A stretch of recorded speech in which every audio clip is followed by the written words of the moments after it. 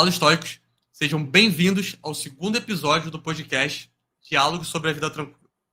Hoje nós vamos falar sobre como você pode superar os medos que você tem. Não vamos focar em medos específicos. A gente vai falar sobre o assunto como um todo. Meu nome é Vitor Carvalho e eu sou o criador da página Noite Estoica. E aqui comigo está o meu parceiro, Eliton Francisco. Bom dia, pessoal. Sou o Eliton e estamos aí nesse segundo episódio para tentar superar o medo do Vitor agendar o próximo podcast para sábado, 5 horas da manhã. Em minha defesa, a gente está gravando 9 da manhã, mas que eu tenha acordado 5. Eu sei que o Wellington não é um cara muito da manhã, mas vamos começar nosso episódio. Primeiro, eu queria tentar definir o que é medo. Muitas vezes, nós identificamos medo como algo irracional. É algo que a gente está pensando sobre eventos externos que podem acontecer na nossa vida e a gente tem medo de não controlar.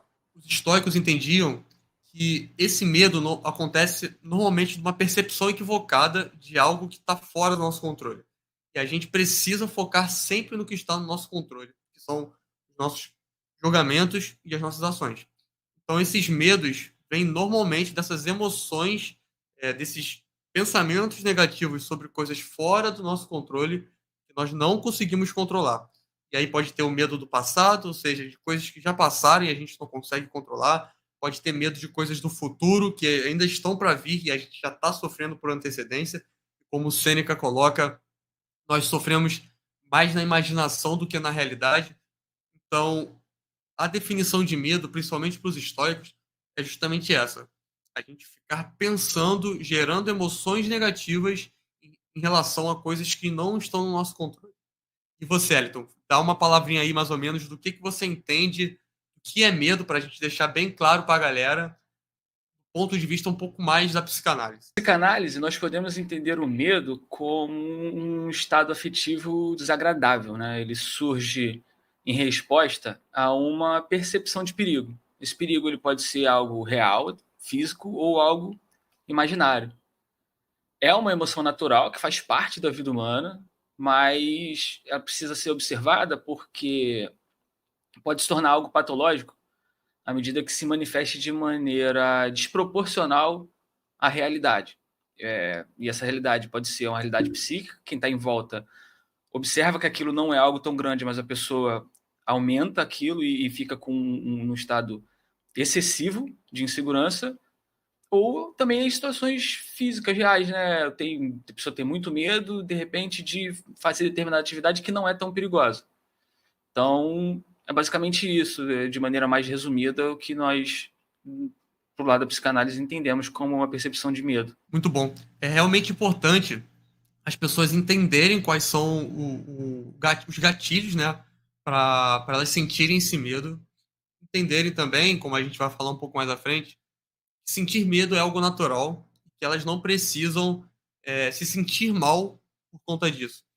Elas têm que entender que, por ser uma emoção, uma proto-emoção, né, como os estoques colocavam, a gente tem que aceitá-las como algo natural e aprender a reagir de uma maneira racional a elas. Para os estoicos, essas emoções, elas são resultados do nosso próprio julgamento e avaliação desses eventos externos que acontecem nas nossas vidas. Os medos, eles podem surgir quando você também atribui um certo valor excessivo a coisas fora do seu controle, como posses materiais, status social, até a aprovação de pessoas, de terceiros, né?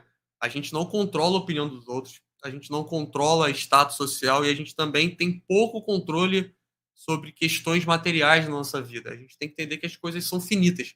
Então é natural você sentir medo por estar se atrelando muito a sua felicidade a essas coisas externas. Isso acaba justamente te deixando um pouco mais vulnerável à ansiedade, tristeza, por justamente atrelar o seu bem-estar a essas coisas. Você deve focar sempre no que está sob o seu controle. Nós entendemos o medo como uma reação a essa percepção de ameaça, tanto à integridade física ou psíquica do indivíduo, e essa ameaça ela pode ser, né, real ou imaginária. Ela pode estar relacionada a experiências passadas, traumas ou conflitos internos, a manifestação de desejos reprimidos, de quais a pessoa tem vergonha de colocar para fora, coisas como a raiva, a tristeza, todo tipo de desejo. E, nesse sentido, nós podemos entender o medo até como uma forma de defesa psíquica contra conteúdos que a pessoa não tem condições ou estrutura para enfrentar diretamente, de frente. Então, o medo aparece como um mecanismo para a pessoa se defender de coisas as quais ela não está preparada para enfrentar naquele determinado momento. Muito bom, cara. E como eu já falei, experimentar emoções, por mais que nós sejamos animais racionais, nós sejamos, na verdade, animais com capacidade de sermos racionais, experimentar emoções são coisas naturais. É importante você ter em mente que você não vai reprimir essas emoções. Você tem que aprender a lidar com elas. E aí é onde vai entrar estoicismo, psicanálise e outras vertentes que vocês podem procurar. Aqui nós tratamos um pouco mais dessas, mas você precisa começar a julgar esses medos que você sente, só que de uma perspectiva um pouco mais racional. Então, o primeiro passo é você entender que sentir medo é algo natural, você não controla essas emoções que vêm, você vai controlar como você responde, mas o primeiro ponto é não se culpar, é aceitar que você é um ser humano capaz de sentir emoções, então o medo é justamente uma delas. Você não tem que se sentir mal por conta disso, você tem que treinar como você vai responder a essas emoções negativas que você sente. Ao praticar a introspecção e esse autoexame que nós fazemos através do diário, você é capaz de identificar crenças e percepções equivocadas que estão por trás do seu medo. Isso vai te permitir questionar e corrigir os julgamentos que você tem. Em resumo, segundo os próprios estoicos, as pessoas não deveriam se sentir mal por sentir medo, e sim trabalhar para compreender a origem desse medo e corrigir os seus julgamentos e, consequentemente, a maneira que você vai responder a eles. Desenvolvendo esse autodomínio e autoconhecimento é mais do que necessário para você enfrentar o medo e ter uma vida um pouco mais significativa. A maneira estoica de encarar o medo como algo que pode ser positivo para o autodesenvolvimento, para a superação e para o aprendizado é semelhante a um ponto de vista que nós temos na psicanálise, né? Já que nós também acreditamos que as pessoas não devem se sentir mal por ter medo, uma vez que o medo não é algo totalmente ruim ou negativo, mas é uma emoção natural. Ela é extremamente necessária para a sobrevivência e para a adaptação do indivíduo. Funciona como uma resposta adaptativa, como um meio que nós podemos encontrar para sobreviver e para nos proteger de situações perigosas, para lidar com ameaças quando são reais. O problema é realmente o medo excessivo e desproporcional à medida que ele vai se tornando algo patológico. Mas é muito importante que nós aprendamos a lidar com o medo, né, de uma maneira saudável e equilibrada, sem deixar que isso se torne uma fonte de sofrimento. E dessa maneira não devemos encarar o medo como algo completamente ruim, mas sim como uma forma de crescimento, de transformação pessoal. E ter em mente de maneira bem estruturada que o medo ele é uma característica humana importantíssima até para o desenvolvimento, para a evolução da espécie. Ter medo pode nos tirar de situações muito perigosas. Tem situações em que o medo vai ser o primeiro alerta para você realmente se sair de uma condição de perigo, uma condição abusiva, uma condição inadequada para aquele momento. Você vai executar uma atividade e você vê que a condição de segurança dela ali é inapropriada, a primeira coisa que você vai sentir é o medo e aquilo vai te alertar para fugir dessa situação. Então, precisamos sim lidar com os medos excessivos, os medos desproporcionais, de maneira séria, mas encarar não como algo totalmente ruim, e sim como uma característica, assim como todas as outras, que nós temos que lidar no dia a dia e nos adaptar. Faz parte de nós, devemos compreender e lidar de maneira respeitosa com todos os nossos medos, a fim de superar os que nós temos condição de lidar com eles e, de repente, aceitar alguns que nós não vamos conseguir superar e conviver com eles, assim como convivemos com todas as nossas outras qualidades e todos os nossos outros defeitos. É exatamente isso. Eu não lembro se foi em algum filme do Batman ou se é alguma coisa da literatura que eu li uma vez, mas medo é o que nos deixa vivo, né? Evolutivamente falando, foi o que realmente nos fez chegar até aqui. Então, não adianta as pessoas irem contra o medo ou até praticar uma certa imprudência com a desculpa de ser corajoso, algo do tipo. Eu vou falar um pouco mais sobre as virtudes um pouco mais à frente e como a virtude da coragem entra justamente nisso. Mas não é para as pessoas buscarem serem prudentes. É para elas, como você falou, respeitarem esse medo que elas sentem. É algo natural. Entenda isso como algo natural. Só que você vai ter que superar de alguma maneira, dependendo de qual for o seu medo, no caso. E até aqui, eu gostaria de trazer alguns exemplos de pessoas conhecidas que conseguiram superar o seu medo de alguma forma. Churchill, por exemplo, foi um grande líder que nadou contra a maré e lutou contra a Alemanha na Segunda Guerra Mundial, enquanto diversos outros líderes estavam fazendo acordo com eles. Ele soube utilizar a virtude da sabedoria para diferenciar o que é o certo do errado, e também a virtude da coragem para enfrentar os seus opositores que não enxergavam perigo vindo do outro lado.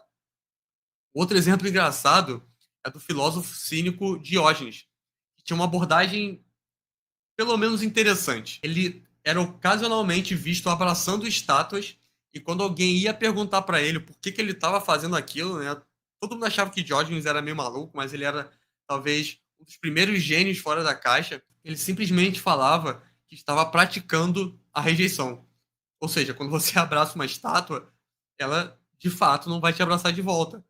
Então, como a gente normalmente tem esses medos externos, é muito importante, como o Diógenes fazia, ele treinava, se expor a esses medos de uma maneira um pouco menor, para que quando eles chegassem, né, eu vou até falar um pouco sobre uma fábula de Êxopo lá na frente, e também sentar e refletir, como Churchill fez, e enxergar o que é o certo e o que é o errado.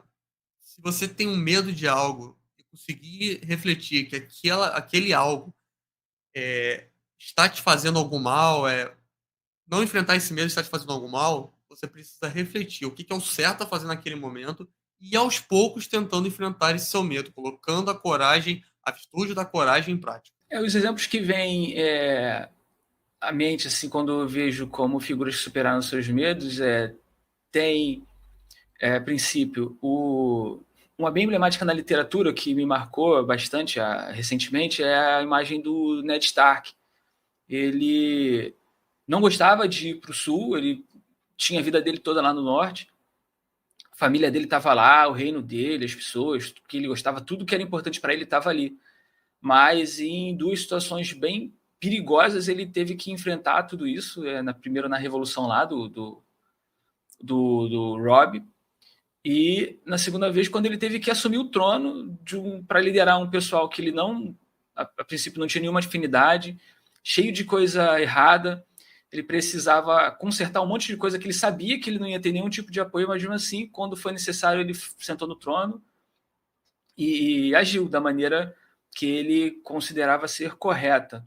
E ele tinha todas as situações do mundo para ter muito medo ali, o pessoal o tempo inteiro ameaçando ele, ameaçando a família dele, teve gente da família dele que foi com ele para lá, para o sul, mas ele foi correto até o final. Acabou morrendo, né? Mas ele, até o final da série, todo mundo lembrava dele como uma figura muito importante. Outra pessoa também que teve um final talvez trágico, mas acreditou ali, teve coragem de manter a sua ideia até o final, foi Sócrates, que mesmo numa ameaça ali de uma punição de pena de morte, ele manteve a posição dele até o final, porque ele acreditava que se ele não pudesse agir daquela forma, seria melhor nem continuar vivendo. Mas são exemplos de coragem, assim, que tanto na filosofia quanto na literatura acabam nos marcando. E se nós formos assim, expandir isso para outros personagens, para outras situações, no dia a dia nós vamos ver diversas pessoas que têm muito coragem, às vezes nossos pais, nossas mães, irmãos, primos, pessoas colegas de trabalho que fazem coisas, às vezes, muito significativas, que às vezes têm coragem de sair de um emprego mais formal para tentar algo que todo mundo falou que talvez não daria certo, e as pessoas conseguem. Às vezes não, mas aprendem e com aquilo ali, às vezes voltam para a carreira anterior mais fortes, com cabeça diferente. E, enfim, às vezes nós até ficamos procurando muitas figuras muito grandes, muito importantes para exemplificar, mas à nossa volta, diariamente, nós vemos diversas pessoas superando seus medos todo dia. Aquela criança que solta a mão do cuidador e vai andar de patins, de bicicleta, pessoa que dirige pela primeira vez, pessoa que de repente anda de elevador ou sobe uma escada rolante, ou entra num avião. Diariamente as pessoas superam os seus medos, às vezes do nosso lado.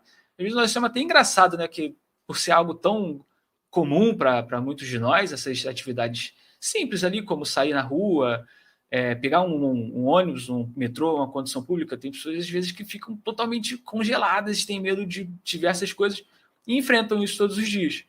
Então, os exemplos são inúmeros. Basta você olhar com um pouquinho mais de atenção, você verá assim, não necessariamente o feito precisa ser muito grande para ser um grande ato de superação de medo. Às vezes, para quem está numa condição de paralisia por medo, às vezes dar um passo na rua, às vezes acariciar um animal, um cachorrinho, um gatinho, já é uma superação muito grande. Então, os exemplos são infinitos.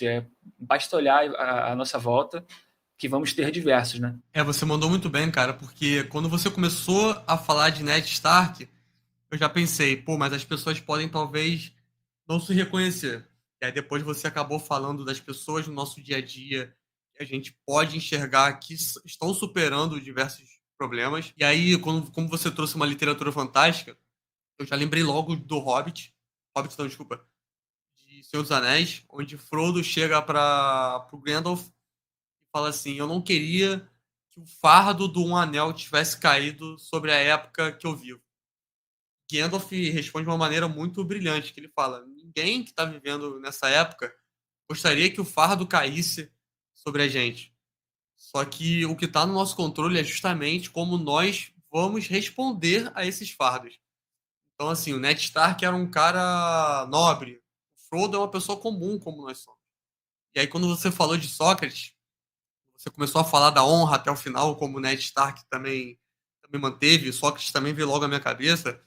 Eu já lembro daquela frase do Chapolin: eu prefiro morrer do que perder a vida. Justamente porque se você perde o sentido da sua vida, e hoje a gente entende essa frase um pouco melhor, né? Porque quando nós somos ali crianças e adolescentes, não faz muito sentido. Pô, se você perdeu a vida, você morreu. Então, como você prefere morrer do que perder a vida? É justamente porque se você, como Sócrates, vivia para a verdade, para buscar a verdade como um filósofo, se ele fugisse, como propuseram a ele lá quando ele foi sentenciado à morte, ele estaria indo contra a verdade, contra aquilo que ele acreditava. Então, ele preferiu morrer do que perder a vida, do que viver em mentira, do que viver uma vida sem significado. E até agora a gente vai entrar um pouco sobre como superar esses medos, ter essas pessoas como referências na nossa vida é algo muito importante. Você não só ter essas figuras incríveis como Sócrates, Marco Aurélio, Sêneca e etc., mas também nossos pais, nossos familiares, as pessoas, os colegas de trabalho que nós admiramos. Você pode sempre se espelhar nessas pessoas justamente para pensar o que essa pessoa faria se ela estivesse no meu lugar. Como ela não paralisaria perante aos medos se ela estivesse enfrentando o medo que eu estou enfrentando agora. Tem dois exemplos também, além desse de ter uma referência, que eu gostaria de compartilhar com vocês. Muitas vezes nós vamos sentir medo, e como a gente já falou, é algo natural, é algo inerente ao humano, que está entrelaçado no nosso DNA, só que você tem que aprender a responder a esses medos. Se expor pouco a pouco aos medos que você tem é uma das maneiras. Eu tinha muito medo, por exemplo, de falar em público. Eu gaguejava muito. Eu não era uma pessoa gaga, mas eu gaguejava muito. Ficava nervoso, tinha aquela ansiedade, aquele frio na barriga. Só que assim que eu cheguei no meu segundo emprego, que é o emprego que eu tô até hoje, eu comecei a ter oportunidade de fazer apresentações para pessoas que eram meus colegas de trabalho, e com o tempo eu fui desenvolvendo. Se você pegar, então, inclusive lá no meu curso, você vai ver que as primeiras aulas estão mais ou menos, não estão perfeitas. Eu até pretendo regravar essas aulas porque hoje eu já melhorei muito a minha oratória. Se você pegar os vídeos mais recentes do YouTube ou lá no Instagram, você vai ver que eu melhorei muito. Então, se expor ao seu medo, aquilo que te causa ansiedade, aos poucos, é uma ótima técnica para você começar a superar ele. Não se paralise, vai se expondo aos poucos até que você consiga finalmente superar esse medo. Outra maneira é de praticar um Premeditation Malorum, que eu já falei em detalhes lá no meu curso também. Mas simplificando bastante, é você detalhar o seu medo, o que você vai fazer para evitar que esse medo aconteça, e se realmente vier a acontecer, como você vai responder de uma maneira racional a essas adversidades ou ao seu medo ter acontecido. Dessa maneira, você consegue controlar as coisas ali que estão no seu controle, que é o seu julgamento sobre essas situações externas, como você vai responder, você acaba tendo um senso de um pouco de controle em relação às coisas que estão fora do seu controle. Então, é uma técnica histórica muito importante para você começar a praticar e colocar hoje no seu dia a dia também. Eu acredito que nós temos algumas etapas, alguns passos que são importantes para a superação de alguns medos. Muitas das coisas que nos paralisam na nossa vida diariamente são medos que nós temos e nem percebemos que temos aqueles medos. Então, às vezes, acabamos agindo de maneira meio estranha ou reagindo de forma desproporcional em algumas situações porque não sabemos que temos medo daquele tipo de situação. Então, se nós, de repente, colocarmos esse objetivo de superar os medos em etapas, talvez torne-se mais fácil de superar. Então, o primeiro passo, eu acredito que seja muito importante fazer uma análise das suas experiências passadas. Entender como você chegou naquele momento, o seu caminho, a sua trajetória, por que você está sentindo medo de determinada situação. Avaliando tanto a sua experiência infantil, tentar lembrar de como foi a infância, a sua adolescência, momentos difíceis, como você superou esses momentos difíceis. Então, fazer uma análise de todas as suas experiências, de toda a sua carga emocional até aquele momento em que você está com medo, é muito importante para situar e entender como aquele medo foi gerado e como ele chegou, né, ao nível que está hoje, a posição que está hoje. Dessa forma, nós conseguimos fazer a identificação dos nossos conflitos internos, os momentos em que os medos aparecem, as situações que nos colocam em condição de medo ou de insegurança. Então, tentar categorizar todos esses conflitos e organizar de uma maneira mais simples para que possamos entender também ajuda. Explorar todos os desejos reprimidos também é importante. Às vezes nós temos medo de algo, principalmente nas questões mais imaginárias, da reação de quem está em volta. Imagine, por exemplo, que você mora em um determinado local onde todo mundo trabalha com uma função, uma profissão semelhante. E aí é uma cidade muito de interior assim, e você tem aquela vontade de ser um artista, de cantar, de dançar, de pintar, de fazer esse tipo de atividade, que o pessoal do local não aceita muito bem. Você vai ter medo de expressar aquelas emoções, aqueles sentimentos. Ou se você tiver, de repente, vontade de fazer algo que você tem medo que as pessoas em volta vão te julgar, por seja lá qual for o motivo. Então, esses desejos você acaba reprimindo e você fica com medo de se manifestar, de dizer, de falar as coisas no geral.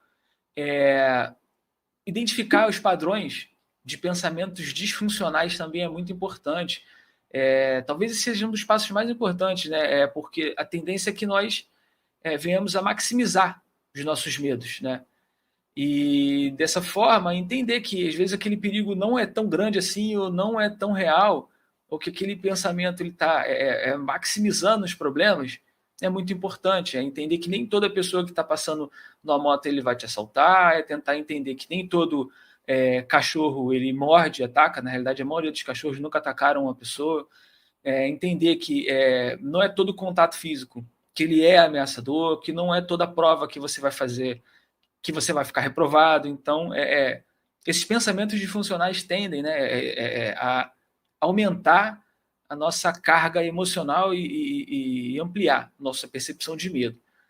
E o fortalecimento da autoestima também é algo muito importante. Quando você começa a gostar de você, se admirar, gostar de ser quem você observar a sua essência, a sua verdadeira razão de existência, você perde alguns medos. Como, por exemplo, eu mesmo tive contato com diversas pessoas que tinham vontade de praticar uma atividade física, mas a pessoa tinha medo de ir na academia porque achava que tinha um corpo muito diferente do pessoal que estava lá e que todo mundo ia ficar olhando para ele o tempo todo. Então, essa falta de autoestima, essa falta de segurança com a própria imagem, impedia que a pessoa fizesse uma atividade física. Ou, por exemplo, participar de um seminário, sendo que no momento que você tiver que se apresentar, você vai apresentar um diploma acadêmico ali de uma faculdade teoricamente inferior, com a nota mais baixa. Então, você tem medo de se expor. Às vezes, você tem uma ideia excelente que está guardada lá porque você tem medo de algo que talvez as pessoas vão observar, talvez não. Então, ou então você gosta muito de jogar futebol ou de cantar em karaokê, mas não vai, não coloca a voz para fora, não entra em campo, não joga, porque tem medo de ser julgado, né? Então, isso é falta de autoestima. Quando você passa a se gostar melhor, alguns desses medos, principalmente os da classe do imaginário, eles tendem a diminuir. E então, Vitor, onde você acha que as pessoas mais erram tentando superar os seus medos? Para mim, o pior erro é as pessoas deixarem de viver o presente e ficarem pensando excessivamente no passado, nos erros que elas cometeram lá atrás. Elas nunca vão conseguir mudar o passado e às vezes até ficam pensando excessivamente como elas vão errar de novo no futuro. Só que a gente tem que viver o momento. E esse viver o momento é viver de uma maneira ativa. É justamente você refletir hoje sobre as suas ações, sobre como você vai evitar cometer os mesmos erros do passado no futuro. Ou seja, é aprender com o passado e não ficar se culpando pelo que já passou. É porque ficar deitado na cama sofrendo não vai ajudar as pessoas em nada. Claro que eu não estou falando de pessoas que realmente têm alguma doença séria, como depressão, ansiedade, que realmente precisam de uma ajuda profissional, né? Que você, inclusive, pode ajudá-las nisso, com terapias e etc. Meu foco aqui está sendo essas pessoas que não souberam lidar, por exemplo, com outras pessoas falando mal dela, com problemas que elas passaram na vida porque ela pegou um engarrafamento e não conseguiu chegar na hora do trabalho e ficou se culpando excessivamente por conta disso.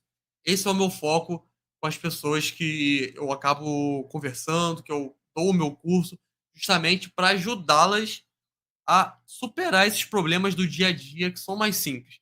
Agora, realmente, quando as pessoas têm um problema maior, como depressão, ansiedade, aí uma ajuda profissional é essencial para fazer com que elas saiam daquele buraco que elas estão. Você, qual é o maior erro que as pessoas cometem, na sua opinião? Qual é o maior erro que as pessoas acabam cometendo nessa parte de tentar superar os seus medos? Levando em consideração a minha experiência clínica, as pessoas que eu atendo, eu vejo que frequentemente as pessoas acabam intensificando os seus medos quando elas tentam negá-los ou reprimi-los de maneira muito, muito severa. Você ficar fingindo que você não tem medo de algo que realmente te incomoda é muito ruim, né? Principalmente às vezes quando você está com mais pessoas à sua volta e você tem que ficar fingindo que não tem medo porque você quer, de repente, manter uma imagem ou bancar uma posição ali que você realmente não tem. E a negação, você ficar o tempo inteiro mentindo para você mesmo que você não tem medos, que você está seguro, que você tem confiança de fazer todas as coisas que você faz.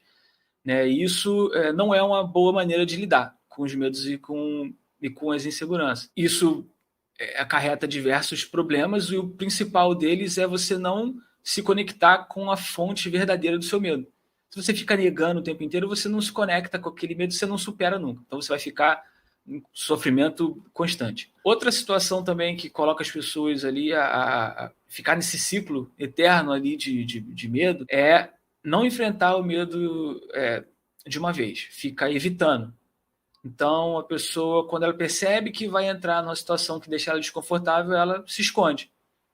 Então, a falta de contato com essa situação de medo faz com que a pessoa, na realidade, continue alimentando ele de maneira imaginária. Cada vez que você vê, imagina assim, que você tem, eu uso às vezes com as pessoas o exemplo do fantasma. A pessoa está vivendo ali e ela está sendo assombrada. As coisas caem da mesa, faz barulho, a casa estala, a pessoa tem medo do escuro, vê as coisas se movimentando, porque a casa da pessoa está mal assombrada. E você tem uma ferramenta ali, uma lâmpada, que se você acender, você passa a enxergar todos aqueles fantasmas. E aí eles não vão embora imediatamente, eles vão continuar ali fazendo as coisas que eles sempre fazem, né? Assombrando a casa. Só que agora você enxerga exatamente como ele é. Você consegue desviar dele quando ele está te incomodando, ou quando acontece algum barulho na casa, você sabe que é ele que está fazendo aquele tipo de barulho, aquela situação ainda te amedronta, mas você conhece ela de maneira real. E o principal também, outra situação muito importante, é a procura de ajuda profissional. Em algumas situações, como ele falou, você com leitura, com ajuda de algum amigo, às vezes, você consegue superar aquela situação. Em outras, você vai precisar de uma orientação um pouco mais teórica, com alguma direção um pouco mais do ponto de vista da técnica, para te ajudar a superar aquelas situações. E em situações mais específicas, você precisa realmente procurar médicos para ajustar a sua parte química do seu corpo, balanceamento químico. Então, você tem que fazer os exames, entender por que está acontecendo aquilo ali, porque, no geral, eu acredito basicamente que nossa estrutura mental ela é constituída da parte da instância física, que é essa parte onde o médico pode te ajudar, da parte social, que é o lugar onde nós estamos inseridos ali, né? Que influencia nas nossas atitudes, nos nossos medos. Talvez uma pessoa que more na Noruega não tenha medo de assalto, igual a pessoa que mora no Rio de Janeiro. Né? Então, a parte social vai influenciar nos medos que você sente, assim como talvez a pessoa que mora na Noruega pode ter medo muito de uma nevasca muito pesada, e quem mora no Rio de Janeiro nunca vai ter medo disso, né? Que não vai acontecer.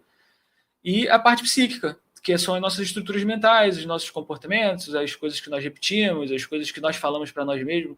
Então, não procurar ajuda profissional pode ser um erro, não só nisso, né? Para um monte de coisas. Às vezes a gente tenta consertar a nossa casa ali sem ter conhecimento, ou mexer no carro, ou nas coisas aí, e a gente acaba estragando tudo, né? Então, na parte psíquica, na parte mental, não é diferente. Então, tentar resolver as coisas sozinho, sem a opinião de ninguém, sem a ajuda de ninguém, a princípio pode parecer que é uma demonstração de força, mas na realidade pode ser um caminho sem volta para total desorganização mental. Você usou umas analogias boas. Quero que você traga uma que você falou essa semana comigo, que eu gostei muito, que é a do Pokémon. Quando você tem um problema, você tem um medo, e você enfrenta ele de primeira, às vezes você não está tão forte quanto você deveria estar para enfrentar aquele problema. Fala um pouco dessa analogia que você trouxe essa semana para mim, que eu gostei bastante. Essa foi uma reflexão legal até, porque quem já jogou Pokémon sabe que no começo ali você recebe um Pokémon que ele até tem muito potencial para ser desenvolvido, é um Pokémon legal. E você vai andando ali até que você chega no primeiro líder de ginásio, né? O líder de ginásio são autoridades dentro dessa competição, que são essas batalhas Pokémon, e você precisa superar aqueles líderes de ginásio para se classificar para o campeonato principal, que é a Liga Pokémon. E aí, primeira vez que você entra no ginásio, ele tem ali alguns ajudantes, que você tem que enfrentar todos eles para poder ficar apto a desafiar o líder. E a primeira coisa que acontece é você perder. Né? Você chega lá, quem nunca jogou, você vai entrar na batalha e você vai ser derrotado. Ali você acaba perdendo o dinheiro que você junta ao longo do caminho. Aí você tem que sair, você tem que desafiar outros treinadores mais fracos que estão em volta, outros desafios. Aí você gasta todo o seu dinheiro lá comprando medicamentos para os seus Pokémon, você tem que tratar deles lá no centro de saúde, e você vai se desenvolvendo à medida que você vai sendo derrotado e que você vai enfrentando ali as situações do dia. Até que chega um momento que você retorna naquele ginásio para enfrentar aqueles treinadores que estão lá. Então você supera todos aqueles treinadores com uma certa facilidade, rapidinho você vai lá, desafia o líder de ginásio e vence e ganha a insígnia, que é o prêmio que você recebe por superar aquele líder de ginásio. E aí você sai de lá achando que foi fácil, porque você conseguiu superar aquela dificuldade. Mas, na realidade, tanto os ajudantes quanto o líder de ginásio, ele continua o mesmo, porque a construção da equipe dele não muda. Se você for do primeiro até o último dia que você tiver com o jogo, vai ser exatamente o mesmo problema. O que foi que mudou nessa situação? O que mudou foi você, que ficou mais forte para enfrentar aquele desafio. Então, muitos dos problemas que nós temos, eles são estáticos ali, eles estão sempre se apresentando da mesma maneira. Quando eles são superados, né, que nós temos coragem, ali, superamos o nosso medo, enfrentamos e conseguimos passar por aquela situação, a tendência natural é a gente olhar para um momento que nós superamos e identificar aquilo como algo que foi fácil. Mas, na realidade, não mudou nada ali. O problema ficou do mesmo tamanho. Quem ficou maior foi você, foi a pessoa que superou a dificuldade. Então, foi sobre isso aí que a gente estava conversando essa semana. Muito bom, cara. Eu, como uma pessoa que sempre gostou muito de jogar Pokémon, infelizmente, por conta do tempo, eu não tenho mais jogado, né? Quem sabe num futuro próximo eu consiga. Porém, tem uma outra analogia também muito parecida, que é de Êxopo, uma das fábulas dele, onde tem uma raposa e um javali selvagem. E eu não lembro agora de cabeça qual dos dois, mas um deles está afiando suas garras e o outro chega e pergunta: por que você está afiando suas garras se não tem nenhum perigo aqui perto? E aí o outro animal responde: eu estou afiando justamente porque o dia que chegar o perigo, eu vou estar preparado. Então é importante nós termos em mente a transitoriedade das coisas. Momentos bons e ruins vão passar. Então, enquanto você está no momento bom, você não pode esquecer dos seus medos, das adversidades da vida. Você tem que estar sempre se preparando, estar afiando as suas garras e estar se tornando mais forte para enfrentar os seus medos. Treinar cada vez mais para quando você chegar nos seus líderes de ginásio, você estar no mesmo nível deles para enfrentá-los de frente para frente e bater de frente com a vida, aguentar as pancadas aguentar essas pancadas que a vida nos traz. E para completar o que o Vitor falou agora, ele citou o Chapolin anteriormente, e é um personagem bastante interessante, porque uma vez eu vi uma entrevista do próprio Roberto Bolanhos dizendo que o Chapolin era o super-herói favorito dele, porque diferente dos outros que tem muita estrutura, igual o Batman tem lá, muito capacidade de desenvolver um monte de equipamentos, ou super força, lá igual o Super-Homem, ou velocidade, o Chapolin é uma pessoa comum, ele sente medo, ele não é o mais inteligente de todos, então ele não sabe o que fazer, ele não tem um plano, mas mesmo assim ele está sempre disposto a superar os medos dele para ajudar quem precisa dele. E na maioria dos episódios ele sempre se propõe a ouvir toda a história da pessoa que chama por ele. Ele tenta ajudar aquela pessoa, né? Ele sempre tenta dar um conselho lá, fala um ditado popular todo errado, o que reforça a condição humana do Chapolin, né? Na maioria das vezes a gente tenta acertar e acaba errando. No final ele consegue solucionar o problema da maneira mais inusitada, que é a forma como na maioria das vezes nós solucionamos os nossos maiores problemas. Mas não é por acaso. Ele ouve a pessoa que está com problema. Às vezes ele ouve o agressor, quem está cometendo ali o crime, aquele tipo de problema. Em algumas situações, o criminoso ele se arrepende, em outras ele simplesmente leva preso, ele não faz nenhum mal à pessoa que ele... não causa nenhum dano maior à pessoa que ele está combatendo.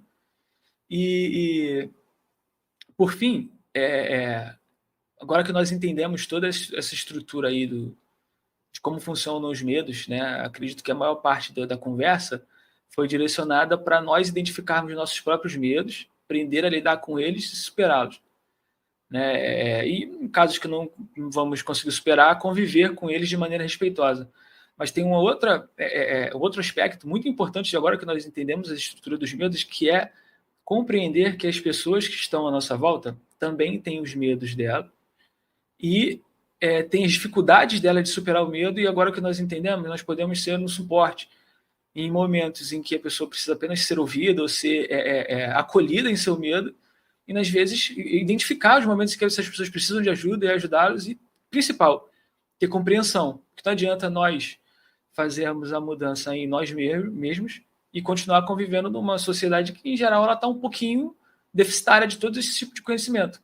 Então, nós vamos agora modificar nossas relações, nossas micro-relações no dia a dia, sociedade em geral, talvez é algo mais difícil de ser feito, mas no ambiente que nós estamos, superar os nossos medos vai proporcionar às pessoas que estão à nossa volta alguém mais forte, com maior referência, e também alguém que tem capacidade de perceber, entender, acolher e ajudar as pessoas que também estão sentindo medo. Então, eu acho que isso é muito importante para a gente melhorar o todo, no geral, e no futuro, quem sabe ali, pelo menos a nossa microestrutura ali, nosso círculo de apoio, ele vai estar num todo mais saudável com a nossa evolução.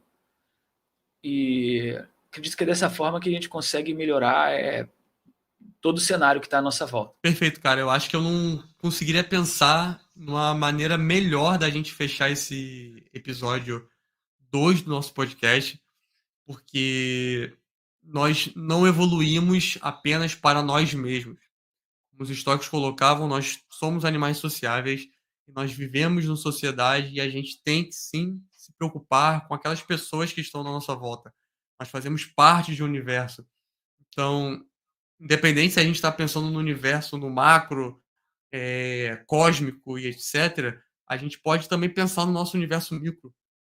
Passou da gente, como é que a gente está cuidando da nossa família, como é que a gente está cuidando da nossa comunidade por perto, como a gente está cuidando da nossa cidade, como nós estamos evoluindo, então, para não sermos apenas a nossa melhor versão para nós mesmos, mas também para aquelas pessoas que estão à nossa volta.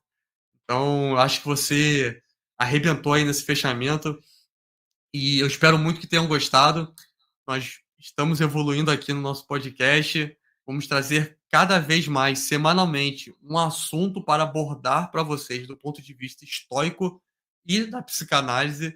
Então, eu espero que vocês estejam gostando. Peço que já deixem um like, se inscrevam no canal para sempre serem avisados de quando um vídeo novo, tanto meu quanto do podcast, forem publicados.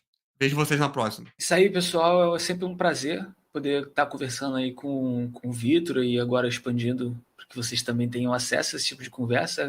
São assuntos que falam muito com nós dois, né, em geral, com as pessoas que estão à nossa volta ali, o que nós percebemos. E muito obrigado pela atenção. E medo agora é ter que jogar com o Fluminense 2 vezes. Até mais, pessoal. Obrigado.